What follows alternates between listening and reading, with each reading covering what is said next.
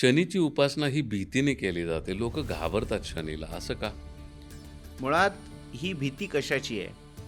लोकांना असं वाटतं की शनी राशीला आला, शनी देवामुळे असं काही झालं.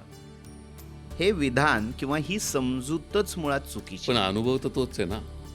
शनिदेव नेमकं काय देतात? शनी तुमच्या कर्माचं फळ तुमच्या पदरात टाकतात. शनिदेव काहीही विपरीत करत नाही. तुम्ही जे काही विपरीत केलेलं आहे, तुम्ही जे चुकलेला आहात, तुमच्या पदरी जे दुष्कर्म ऑलरेडी तुमच्या कृतीतून आलेलं आहे, त्याचं फळ देण्याचं नाही, दाखवण्याचं काम शनिदेवांचं आहे. पण अशी कुणाची साडेसाती आहे जी खूप चांगली गेलेली आहे?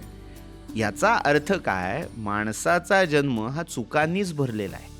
तुम्ही जे पेरावे तैसे उगवते.